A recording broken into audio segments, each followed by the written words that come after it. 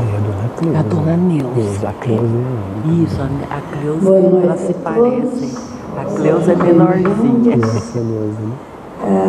Nós estamos aqui hoje reunidos, não é, para a palestra, ouvir o nosso irmão João Vicente, que veio até nós na noite de hoje.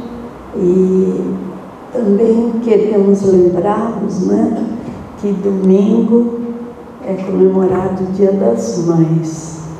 E nós temos aí muito artesanato, muita coisa bonita, a preços bem módicos, que podem ser adquiridos, não é, pelas pessoas para presentear as mães. Coisinhas práticas e muito boas, viu? Então, nós vamos agora, em homenagem às mães, fazer uma leitura, Carta às Mães. Minha irmã, se Deus te deu a luz da maternidade, deu-te a tarefa divina da renúncia e da bondade. Busca imitar no caminho a rosa de Nazaré, irradiando o perfume de amor, de humildade e fé. Lembra sempre em tua estrada que a paz de tua missão é feita dessa ternura que nasce do coração. Contempla em cada filhinho um luminoso sorriso da alegria dolorosa que te leva ao paraíso, porque ser mãe, minha irmã, é ser prazer sobre as dores, é ser luz, embora a estrada tenha sombras e amarguras. Ser mãe é ser a energia que domina os escarcéus, é ser nas mágoas da terra um sacrifício dos céus. Pensa nisso e não duvides da grande misericórdia que te deu na senda escura a lâmpada da concórdia. Ouve ainda, tem cuidado com o teu próprio coração. Não deixes que se transforme o teu amor em paixão. Muita vez a mãe terrestre, em vez de salvar, condena, porque do amor que redime faz a paixão que envenena. Há muitas mães nos espaços, chorando na desventura, os perigosos desvios de sua imensa ternura. Ama o filho de outra mãe, qual se fora teu também, e estarás santificando teu lar nas luzes do bem. Castiga amando teu filho em teu carinho profundo. Prefere o teu próprio ensino às tristes lições do mundo. Recorda que está contigo a missão de renovar, de corrigir perdoando, de esclarecer e ensinar. Nos teus exemplos repousa a esperança do Senhor, que há de salvar este mundo por meio de teu amor. Então, essa é uma poesia, né, de Casimiro Cunha, que nós dedicamos a todas as mães, né, pelo Dia das Mães. E agora, então, nós vamos passar a palavra para o nosso irmão. Por favor.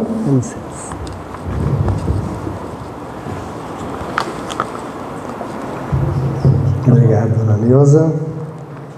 Boa noite, pessoal.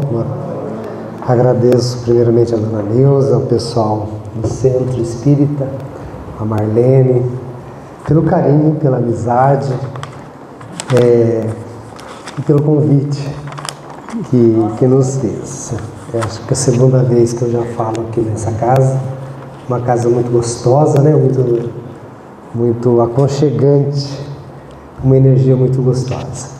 E o nosso tema de hoje, eu vou falar sobre laços de família. e também sobre o amor de mãe, amor que não se mede. Foi um tema que eu pensei em falar, né? Até em homenagem ao Dia das Mães. Eu trouxe um slides, mas nós tivemos um probleminha aí. Tá abrindo? Ah, legal, porque aí a gente vai conseguir. Então, olha só, amor de mãe, né?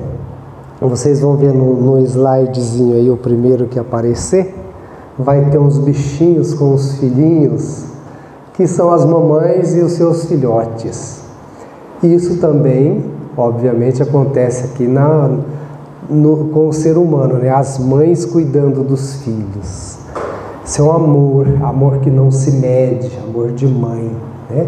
Tem uma música do Cidade Negra que diz: amor que não se pede, amor que não se mede, amor que não se repete. Na verdade, eu fiquei em dúvida quando pensei em dizer essas frases, porque nós espíritas sabemos que o amor de mãe pedimos antes de reencarnar. Muitas vezes temos a oportunidade de escolher a família, escolher o amor daquela mãe, daquela mulher como nossa mãe. Então nós podemos escolher, nós podemos pedir aos emissários superiores antes da reencarnação que ela seja nossa mãe, que ela nos ame como mãe. E também é um amor que se repete, porque em outras reencarnações podemos nascer, inclusive, com essa mesma mãe, com essa mesma mulher, né? É um amor que apenas não se mede, eu acho, apenas que não se mede, porque o amor de mãe é imenso, né? Não tem como medir. Mas falando de laços de família, e a mãe, a mulher, é o papel principal, a parte principal nesse tema. Mas vamos lá do início, família, né? A Constituição Federal Brasileira de 1988, ela define família como uma instituição social fundamental, base da sociedade, que deve ser protegida pelo Estado e pela própria sociedade.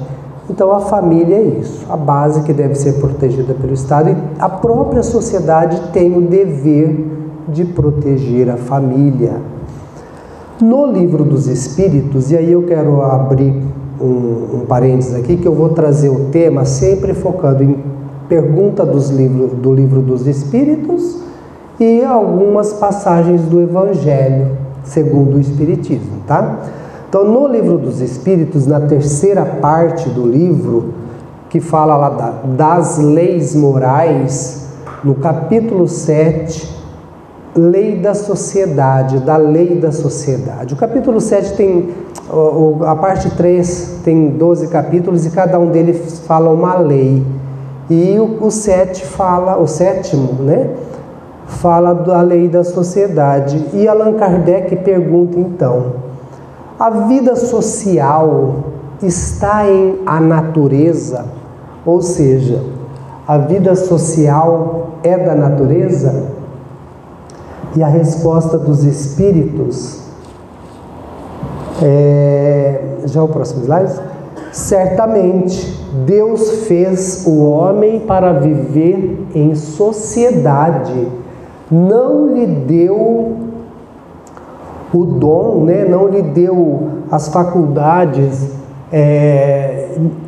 da palavra, as faculdades necessárias à vida à toa. Deus deu ao homem algumas faculdades muito superiores aos animais. Para quê? Para que vivesse em sociedade.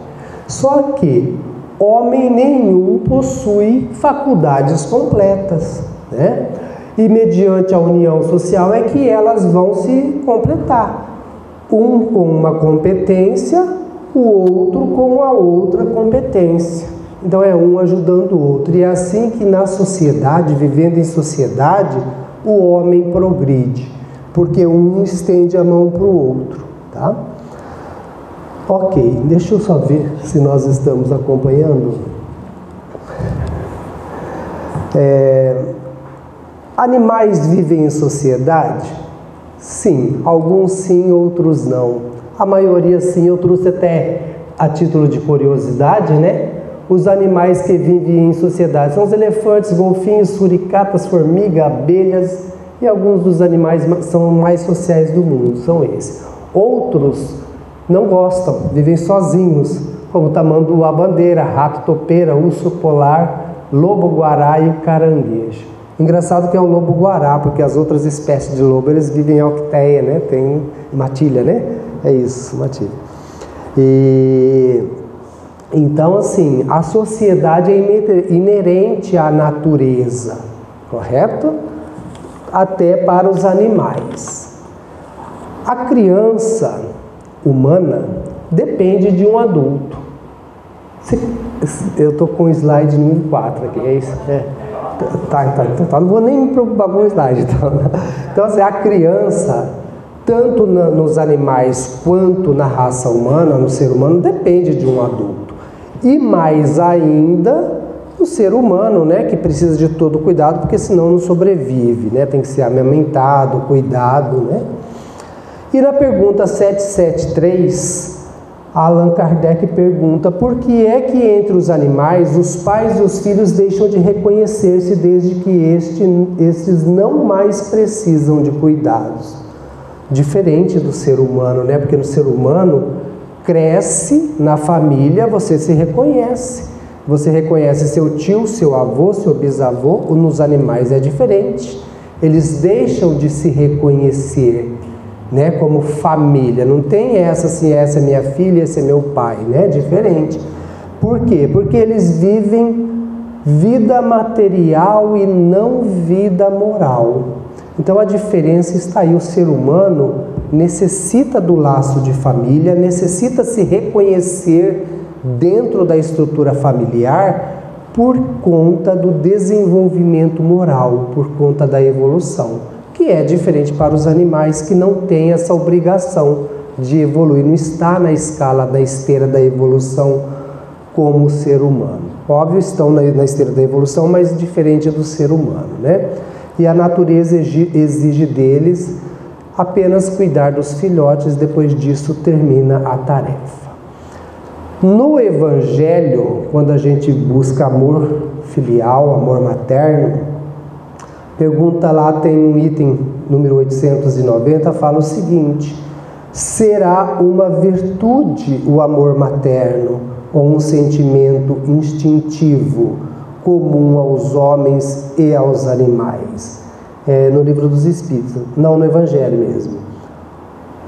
Uma e outra. A natureza deu à mãe o amor a seus filhos no interesse da conservação deles. No animal, porém, esse amor se limita às necessidades materiais, cessa quando desnecessários se tornam os cuidados. No homem, persiste pela vida inteira e comporta um devotamento e uma abnegação que são virtudes. Sobrevive mesmo após a morte. Acompanha a morte e acompanha o filho até no além-túmulo. Bem vedes que há nele coisas diversas que não há no amor animal. Então, no amor do ser humano, de mãe para filho, ele persiste e às vezes pela eternidade, dependendo da afinidade de um espírito e outro, né? A mãe acompanha o filho além do túmulo. Depois que ela parte desta vida, ela continua acompanhando. E vice-versa, os filhos também, quando são apegados à mãe, eles também envolvem a mãe de amor e de carinho, mesmo tendo desencarnado, porque existe um laço de afinidade, de amor. Ok? Na pergunta 344, Allan Kardec pergunta: em que momento a alma se une ao corpo? A união começa na concepção, mas só é completa na ocasião do nascimento. Eu coloquei essa pergunta aí para mostrar que a família que vem lá do plano espiritual já começa a ser formada aqui na Terra no momento da concepção. Então, no momento da concepção, o espírito começa a se ligar ao corpo. Ele se liga ao corpo e ele vai passando por aquele estado de dormência e no momento do nascimento completa-se então a reencarnação daquele espírito A criança nasceu, está reencarnada, nasceu viva, está reencarnada, então a família continua, mas ela começou a família na Terra lá no momento da concepção, tá? Na 356 pergunta, entre os natimortos, alguns haverá que não tenham sido destinados à reencarnação de espírito? Natimorto é a criança que não nasce viva, ela nasce até durante a gestação, às vezes avançada inclusive, mas a criança nasce sem vida, ela não respira, ela não chora, ela não viveu após o nascimento. E aí uma coisa curiosa é que as pessoas perguntam, né, tinha um espírito encarnado? E os espíritos respondem, né? Isso eu estou falando por conta da família. Quando a gente vive em família e passa por essas situações, fica muito ponto de interrogação na nossa cabeça. Mas em alguns casos pode acontecer de que aquele corpo que está sendo gerado ali no ventre da mãe, talvez não tenha ali um espírito destinado para ele. Tá? Já que seria apenas uma prova para os pais. Então não haveria motivo, já sabendo que aquele pai, aquela mãe, o casal teria que passar por aquela aprovação, aquela família, não teria por que a espiritualidade destinar ali um espírito para se ligar, já sabendo que seria a prova principal para os pais, né? Mas são casos raros. Na maioria são abortos que ocorrem, tinha sim um espírito ligado, né? Embora também possa ser uma aprovação para a mãe ou para o pai. Pode chegar a termo o nascimento de uma criança, de um ser dessa natureza? Algumas vezes, vai até o momento do parto, até o 9º mês, mas não vive. E quando ele diz não vive, é não respirou, não chorou, não teve vida, porque se chorar, se respirar e morrer 1 minuto depois, 10 segundos depois, nasceu viva, chorou, então tinha sim um espírito. Não há corpo humano que vive sem que tenha ali um espírito, tá? E aí ele fala algumas vezes, mas não vive. E a letra B, segue-se daí que toda criança que vive após o nascimento tem forçosamente encarnado em si um espírito? E a resposta dos espíritos é: que seria ela se assim não acontecesse? Não seria um ser humano. Então, toda criança que vive tem um espírito sim encarnado, né? Aí a gente, embora as dores possam ser diferentes para uns e para outros, né? As pessoas entendam diferente, é momento de sofrimento e dor, principalmente para a mãe, né, que passa ali a gestação. É bom a gente ter esse entendimento até para conforto, porque isso é confortante quando a gente vê que a morte não é o fim, que deixou esse corpo aqui ou que não sobreviveu o corpo do bebê por algum motivo, mas vai ter outra oportunidade de voltar, de reencarnar, às vezes, e na maioria das vezes na mesma mãe, né? Principalmente quando algum problema do corpo físico que não suporta uma gravidez ou que deu algum problema, a criança que está sendo gestada não vive o corpo material, o espírito obviamente tem que se desligar ali, mas pela bondade do plano espiritual, pela bondade de Deus, pode sim esse espírito retornar na mesma mãe, tá? E não é tão difícil de acontecer. E quanto à perda de um filho, né? Olha só o que o Evangelho nos diz: mães, sabeis que vossos filhos bem-amados estão perto de vós? Sim, estão muito perto. Seus corpos fluídicos os envolvem, seus pensamentos vos protegem. A lembrança que deles guardais os transporta de alegria, ou transborda talvez, mas também as vossas dores desarrazoadas os afligem. Foi escrito por um espírito denominado Sanson, ex-membro da Sociedade Espírita de Paris. A mãe, quando perde um filho, passa por um sofrimento lastimável, né? E aí, o espírito do filho também sente o carinho pela mãe. Ele tem a capacidade de voltar, de envolver aquela mãe em abraço, em aconchego, e muitas vezes a mãe percebe isso, Só que o filho também pode sofrer caso o sofrimento da mãe seja desarrazoado, ou seja, as dores. A mãe que se prostra em sofrimento e se recusa a buscar uma ajuda, se recusa a abrir o coração, a buscar amigos, a buscar amigas, a repartir aquela dor, a deixar-se cuidar. O filho lá do outro lado fica triste, porque ele está vendo que a mãe se definha por conta da passagem dele. Então, quando a gente conhecer alguém assim, nós não sabemos medir qual o tamanho da dor, tá?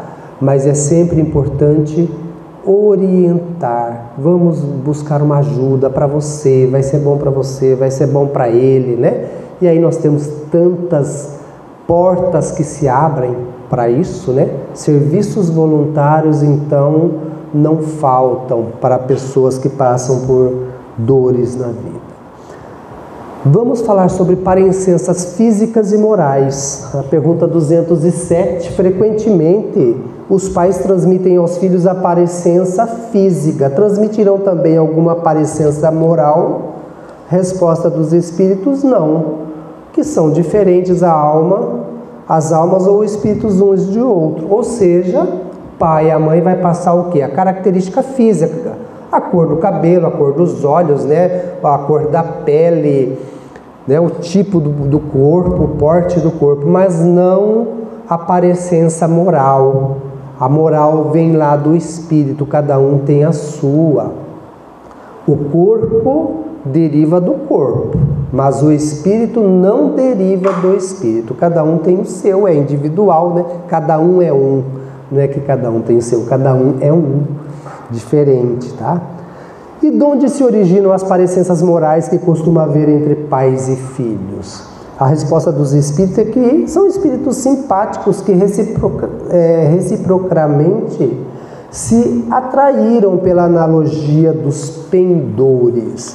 Ou seja, às vezes a gente pensa assim, nossa, esse homem é tão simpático, o filho dele também é tão simpático, puxou moral, ele é tão bom, o filho é tão bom, ou ele é tão ruim, caloteiro, e o filho também é, puxou para moral. Não, não é, afinidade de espírito, né? Parecença moral.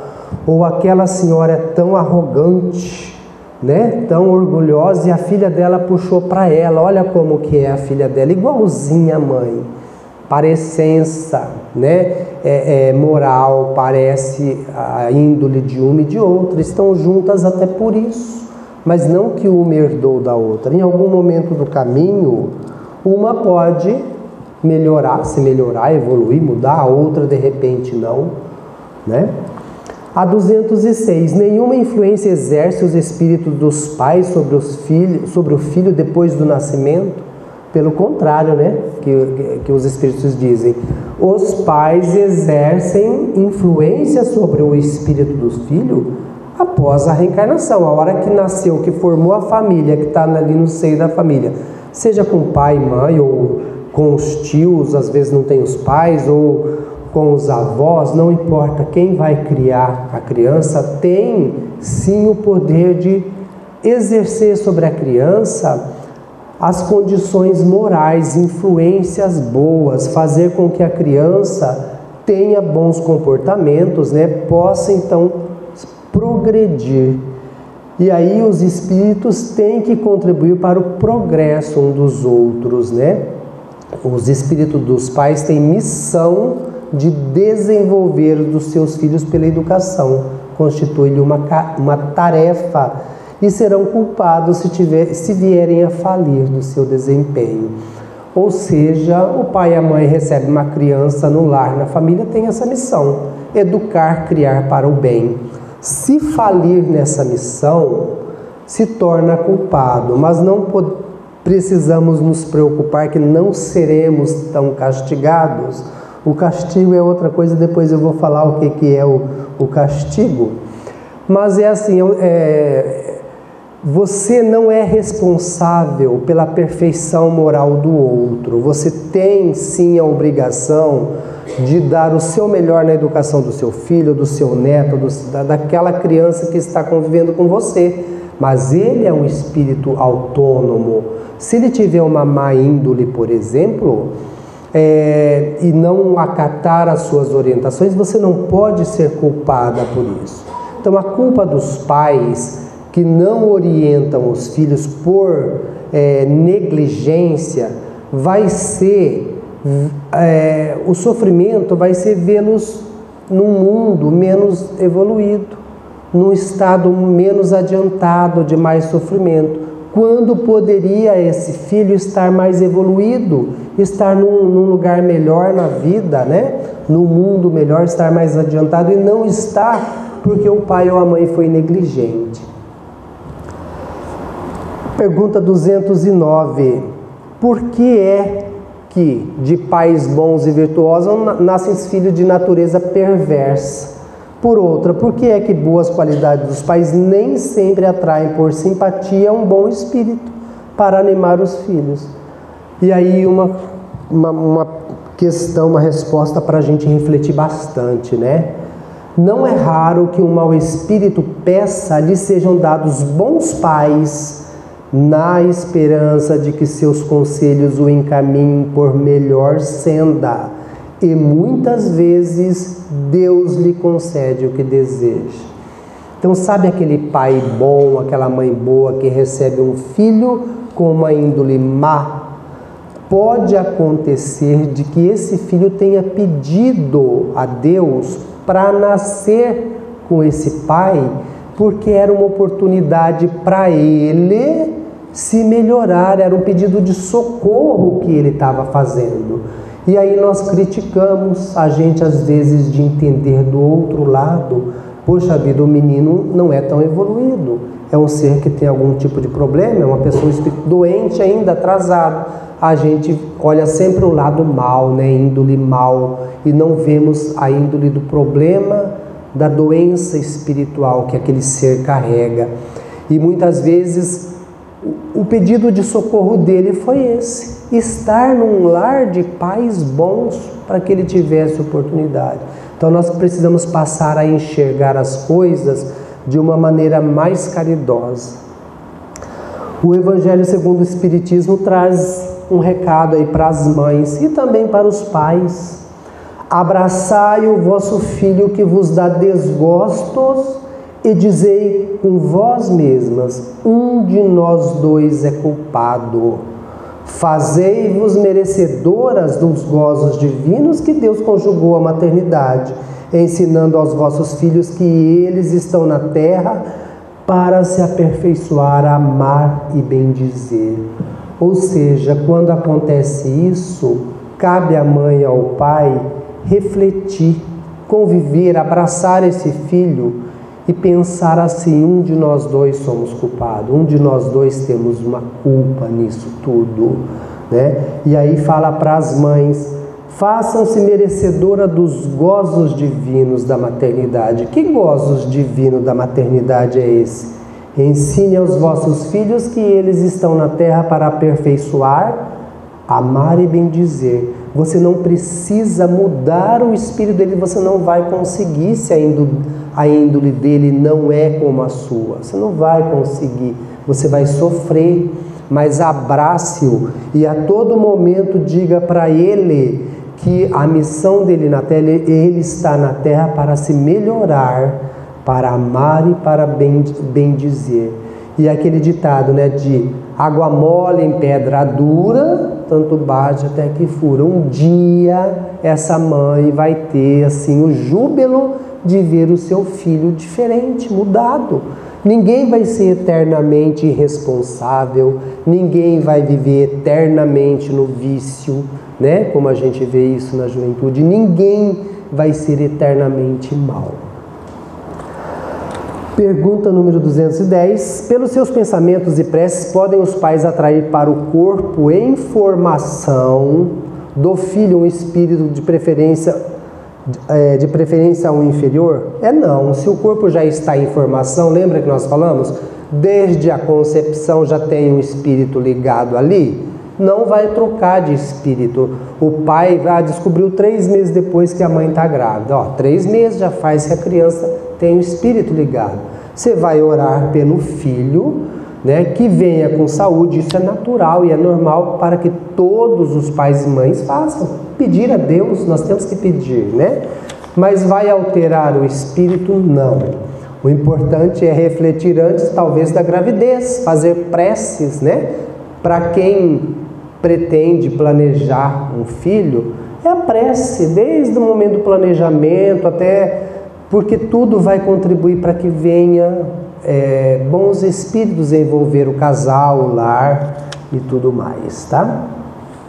Só que a oração pode melhorar o espírito do filho que está ali, né, em desenvolvimento. E esse dever, esse é o dever dos pais, né? Os maus filhos são uma provação. E apesar de tudo, pode acontecer de estar ali um filho que não tem a índole tão boa quanto a dos pais, mas é uma provação, é uma missão do pai e da mãe para isso. Nós vamos falar agora do Evangelho segundo o Espiritismo. Lembrai-vos de que a cada pai e a cada mãe perguntará a Deus: que fizeste do filho confiado à vossa guarda? Se por culpa vossa, se ele se conservou atrasado, tereis como castigo vê-lo entre os sofredores, os espíritos sofredores, quando de vós dependia que fosse ditosos, né? Então, vós mesmos, assediados de remorso, olha só, então é aquilo que eu falei. O pai e a mãe que falhar na missão aí porventura, vai ter esse desgosto de ver o filho num mundo de espírito sofredor, que quando poderia estar no mundo melhor, mas olha só a bondade e a misericórdia divina. Então, vós mesmos, assediados de remorsos, pedireis, vos seja concedido reparar vossa falta, solicitarei para vós e para ele outra reencarnação, em que cerqueis de melhores cuidados e em que ele, cheio de reconhecimento, vos retribuirá com o seu amor. Então, olha só que maravilha. Errou, ok. Mãe também é humana e também erra e também é imperfeita, né? Todos nós aqui. Então, assim, falhamos com os nossos filhos, vida que segue, oração, prece, vamos pedir a Deus luz para que possamos daqui para frente melhorar o que for possível, o que estiver ao nosso alcance. E quem sabe numa próxima encarnação esse mesmo filho vai voltar para nós, né? Como diz aqui, ó, cheio de reconhecimento e feliz, retribuindo o seu amor.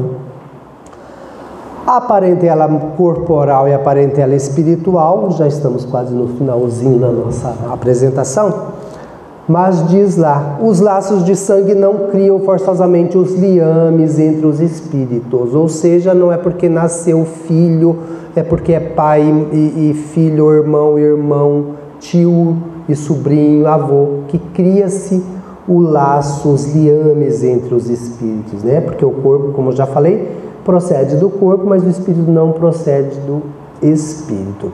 Só que os que encarnam numa família, sobretudo os parentes próximos, ali vamos dizer pai, mãe, avós, tios, irmãos, são as mais das vezes espíritos simpáticos, graças a Deus, né? Ligados por anteriores relações que se expressam por uma afeição recíproca na vida terrena. Então a gente fala, a gente temos problemas, todas as famílias têm problema e a gente fala que só muda de endereço, né? Porque realmente é tudo igual, basicamente tudo se concentra na mesma missão, no mesmo objetivo divino. E aí a maioria formada por pessoas que se gostam, por pessoas que têm afinidade. Não é a maioria o contrário, que se odeiam, né? Às vezes acontece um caso ou outro de você ter lá um irmão, chega um cunhado de fora que você não é muito assim, aquela sogra muito simpática. Então você vai e passa por algumas coisas assim de família. Mas faz parte do quê? Do nosso progresso, da nossa evolução. A maioria das vezes estamos entre amigos, entre pessoas queridas. Duas espécies de famílias, a dos laços espirituais e a dos laços corporais. A dos laços espirituais são duráveis, se fortalecem pela purificação que se perpetuam no mundo dos espíritos através das várias migrações da alma, ou seja, famílias que têm laços espirituais estão sempre reencarnando juntos, e aí passam pelas dificuldades juntos, passam pelas dores juntos, passam pelas aflições juntos, passam pelas alegrias juntos e, consequentemente, evoluem juntos. E estão sempre juntos durante essa eternidade aí, entre as várias migrações da alma. Ora, todos sabem, né, espírita, ora você pode nascer como pai, ou como filho, ou como irmão, e de repente numa reencarnação então como mãe, né? Porque o espírito não tem sexo, depende da necessidade da evolução que ele precisa para progredir. As segundas, que são as famílias ligadas pelos laços corporais, são frágeis, como a matéria se extinguem com o tempo, muitas vezes se dissolvem moralmente já nessa existência, já na atual. Laços de amor na família são as conexões emocionais e afetivas que se estabelecem entre os membros de uma família. São as conexões, né? São construídos ao longo do tempo por meio de experiências compartilhadas. Então, laços de família é isso. Você conviver com pessoas dentro de um ambiente, dentro de uma casa, é a família mais tradicional, né? E eu acho que eu não comentei sobre as famílias, acho que passou em algum slide aí, mas nós temos a família, ela pode ser a família espiritual, a família que é formada por leis, até por determinação legal, né? Tem aquela família que é a tradicional, né? Que se casa sanguínea, que fala, né? O pai, a mãe, os filhos, irmãos, avós. A família que é formada por uma determinação judicial, às vezes uma adoção precisa de uma autorização judicial para aquela criança se entregar ou se integrar na família, ou por laços afetivos, né? Vem morar com você uma criança, ou um parente, ou uma pessoa, mesmo que adulta, que passa a conviver no seu lar, e vocês acabam assim convivendo fraternalmente dentro do ambiente, como se fosse família, considerando um e outro, né? No livro Fonte Viva, nós temos uma definição de parentes. Tem lá que fala sobre parentes, e eu peguei só um trecho para não ficar tão comprido. Diz lá: somente adestrando paciência e compreensão, tolerância e bondade na praia estreita do lar, é que nos habilitaremos a servir com vitória no mar alto das grandes experiências. Então a família é isso, né? Como se fosse uma praia estreita que te habilita a navegar ou a viver no mar mais agitado das grandes experiências, quando você já estiver preparado para servir. Porque nós vamos evoluir, nós vamos ter grandes missões ainda, mas o nosso preparo inicial é dentro da família, através do quê? Da paciência, compreensão, tolerância e bondade. E para encerrar, pessoal, eu gostaria de falar para vocês, eu sei que a dona Neuza já leu uma poesia muito linda, e eu tenho horário ainda, dá tempo? Tem? Não é poesia, é um conto de um escritor dinamarquês. Ele é muito conhecido, o nome dele é Hans Christian Andersen, mas ele viveu lá em 1805 a 1875, mas ele é conhecido pelos contos de fadas, né? Que todos vocês já devem ter ouvido falar: Pequena Sereia, O Patinho Feio, A Roupa Nova do Imperador. Ele que escreveu, ele escreve contos. E esse conto é um conto extenso, grande, mas aí alguém compilou, trouxe algumas passagens, né, para poder se tornar viável numa leitura rápida. É um conto bonito que fala a história de uma mãe, tá? Então, aproveitando que a gente falou de laços de família, filhos e mãe, que vai ser Dia das Mães, vou ler para vocês. Eu decorei, mas não vou arriscar, porque a gente acaba ficando nervoso, né? E aí erra. Então vamos lá. Eu não coloquei aí, mas se alguém quiser, tem o nome do autor, tá? História de uma mãe. Havia uma sofredora mulher que velava aflita à cabeceira do filhinho doente, quando a morte veio para buscá-lo. Sem que ela pudesse ensaiar qualquer defesa, a morte entrou e arrebatou o menino da cabana.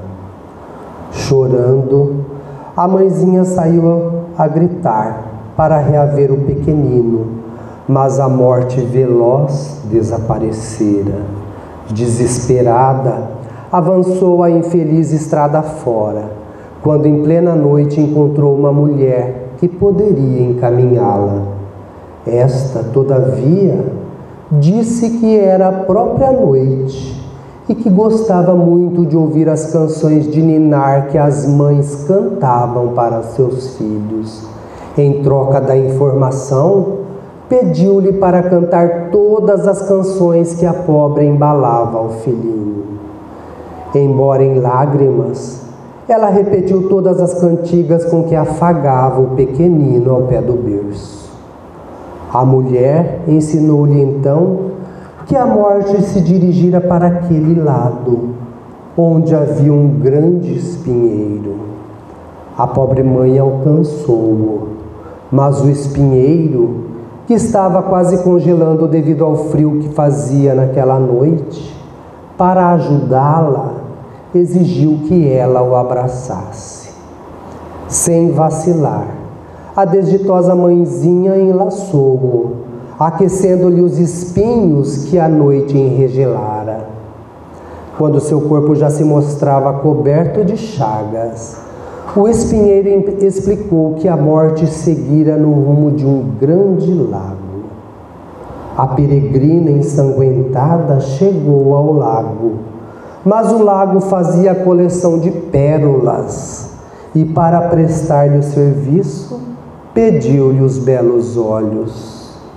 A infortunada viajante arrancou os próprios olhos e lhes deu. O lago, desse modo, transportou-a ferida e cega para o outro lado da terra, onde a morte costumava guardar as criancinhas. Era um grande cemitério, guardado por monstruosa mulher, que, para ensinar-lhe o lugar exato onde a morte a portaria naquela noite, lhe reclamou a linda cabeleira. Sem qualquer hesitação, ela deixou-se tosar, e logo após, quase irreconhecível, foi levada a um lugar onde pudesse receber a chegada do pequeno que procurava. Esperou, esperou, esperou, e em dado instante ouviu que a morte regressava com os meninos que recolhera naquela noite.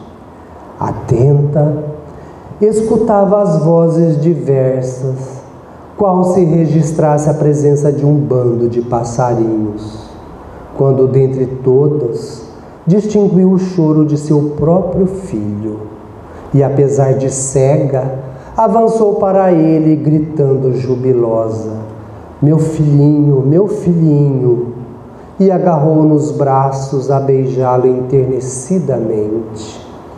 A própria morte, emocionada, perguntou-lhe então: como fizeste para chegar aqui antes de mim? E ela, chorando e rindo, pôde apenas dizer: sou mãe. Obrigado.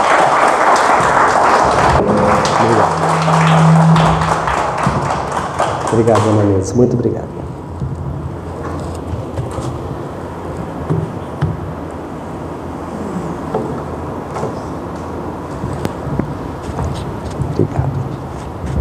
Muito obrigada. Meu Deus, eu agradeço muito você.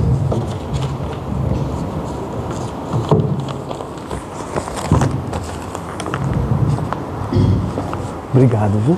Eu, quando criança, lia incansavelmente o livro Contos de Andersen, né? Todas as histórias, não cansava de ler, aquele livro foi ficando até desgastado, mas eu nunca ouvi a história de uma mãe, coisa muito bonita, linda mesmo, né? Mas é isso, as mães dão a vida, não é? Não só os olhos, o cabelo, mas dão a vida pelos seus filhos, não é? Mas isso é perfeitamente compreensível, né? É o amor.